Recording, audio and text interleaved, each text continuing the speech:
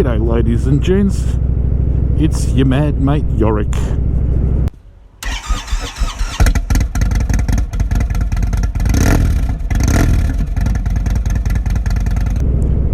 And once again, I did just assume your genders.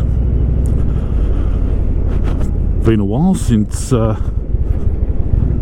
we've had a bit of a chattel. I've shared one of my monologues with you, and the topic du jour, well, before I go too far, basically the weather's been a bit on the crappy side, and on the odd occasion that the sun has come out, I have been too busy to chuck a leg over the old trusty steed. And I thought I would take the opportunity today because it was just so infuriating listening to the radio today. And one of the things they're talking about in Melbourne is the state government has given approval, and I believe put some money in, to a UFC cage fight. That's right, ladies and gentlemen, the good tax-paying citizens of the beautiful state of Victoria are funding an event where two people jump into a cage to belt the living snot out of each other. And the surprising thing was, this isn't what was up for discussion today.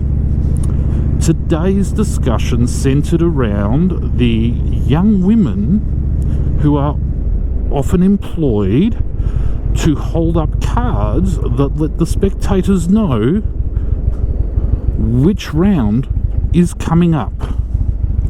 And there is a whole furor over this. The Minister for, is it major events and something else, Martin Pakula, was on the radio this morning saying, oh, you know, as a society, I think we've moved beyond this. And then there's all sorts of other people defending it's wrong to objectify women, and we shouldn't just be using women as ornaments. In fact, I think that was one of Martin Pakula's words. Yet,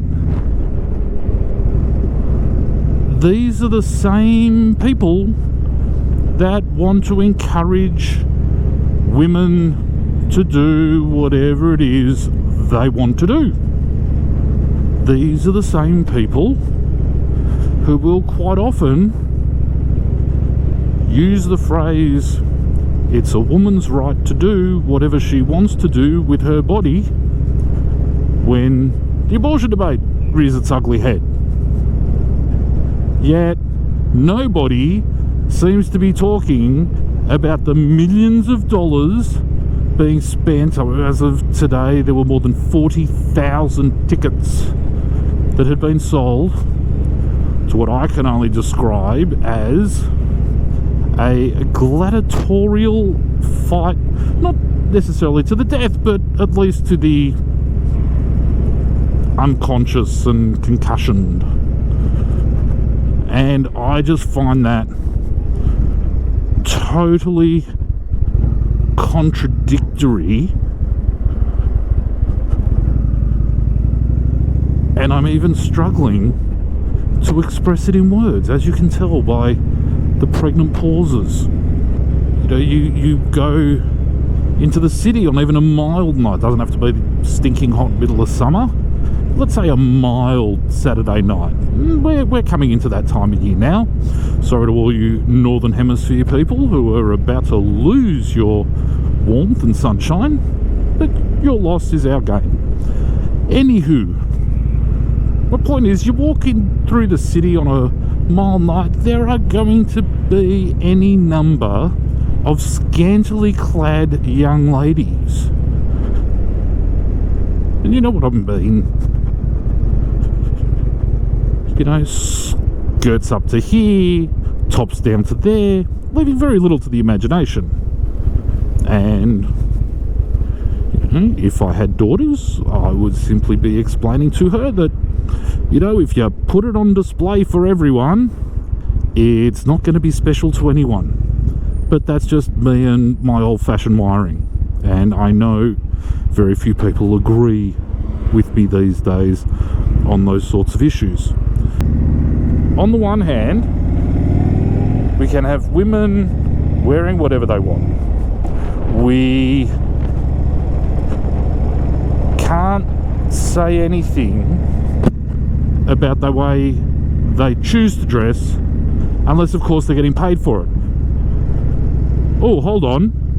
But what about things like the Victoria's Secret fashion show that has become a major television event? Not that I watch that either.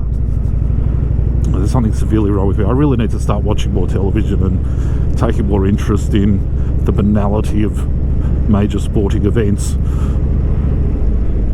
So it's okay when you've made it in the modelling world and you're getting paid hundreds of thousands of dollars to run around in your underwear with a pair of bat wings or angel wings, whatever the hell they are. But it's not okay when you're trying to start a modelling career and possibly only getting a couple of $100 to effectively do the same thing. This is kind of doing my head in. And do I want to turn here? No, I'm not going to turn here. I'll just sit in the traffic. It's the contradictions are really confusing me. You know, on the one hand, we can't have attractive young women voluntarily adding a particular aesthetic to an event, yet by the same token we're not allowed to tell obese women anymore that they have to cover up, and yet further still we can't tell women what to do with their bodies. And then on top of all that, it's still okay to run an event where, as I've said before, two people are paid to jump into a cage and belt the crap out of each other. This, to me, is insanity. You know, I understand F1 decided to get rid of Greek girls. As disappointing as it was, I never watched the F1 anyway. But once again, why should they get rid of it just because some grumpy old women of questionable aesthetic said so? You know, but that's motorsport. Okay, fine. But when it comes to things like boxing and this UFC mixed martial art bullshit, and to be honest, I'm no expert. I've seen maybe 3 minutes of footage and just gone, it's a brawl. It's a two-person brawl. Mixed martial art. I don't care how much these guys train. I don't care how much skill you think is in it. But if the aim of the game is to put the other person to sleep, then why are you drawing the line at young girls voluntarily parading around? Are we going to become like those countries in the Middle East and end up with modesty laws? Are we going to end up with laws and rules and regulations that tell young women they're not allowed to walk along the beach in a bikini? It's just so confusing. I don't know what the answer is. But if you're going to let people smack the crap out of each other, what the girls who hold up the cards are wearing is not your biggest issue. I think that's the end. Please leave a comment. Help me understand. Subscribe. You never know, I might wake up in the middle of the night with an epiphany and post up a complete explanation of it all. Because with the crap that runs through my brain, anything is possible.